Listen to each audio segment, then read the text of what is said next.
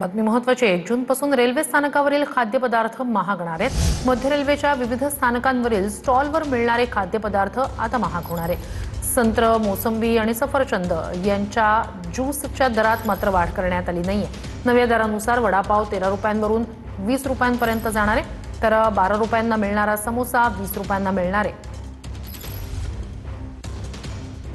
त्याच्या तेलाच्या दरामध्ये वाढ होत असल्यामुळे वडापावमध्ये मुंबईमध्ये दरामध्ये देखील वाढ होत असल्याचे आपल्याला पाहायला मिळत होतं। आणि 1 जूनपासून रेल्वेचे जे स्टॉल आहेत या स्टॉलवरच्या वडापाव आणि समोसाचे देखील दर वाढणार असल्याची माहिती आहे। 1 जूनपासून नवे दर जे आहेत ते नवे दर लागू होणार आहेत। आता मध्य रेल्वेच्या स्थानकांवरती जवळपास 13 रुपयाला वडापाव आणि 15 रुपयाला समोसा पाव मिळत होता, मात्र 1 जूनपासून 20 रुपयाला वडापाव आणि 20 रुपयालाच समोसा पाव मिळणार असल्याची माहिती जी आहे ती माहिती समोर आलेली आहे। कॅमेरामॅन प्रेम मात्रेसह निवृत्ती वाबर, TV9 मराठी।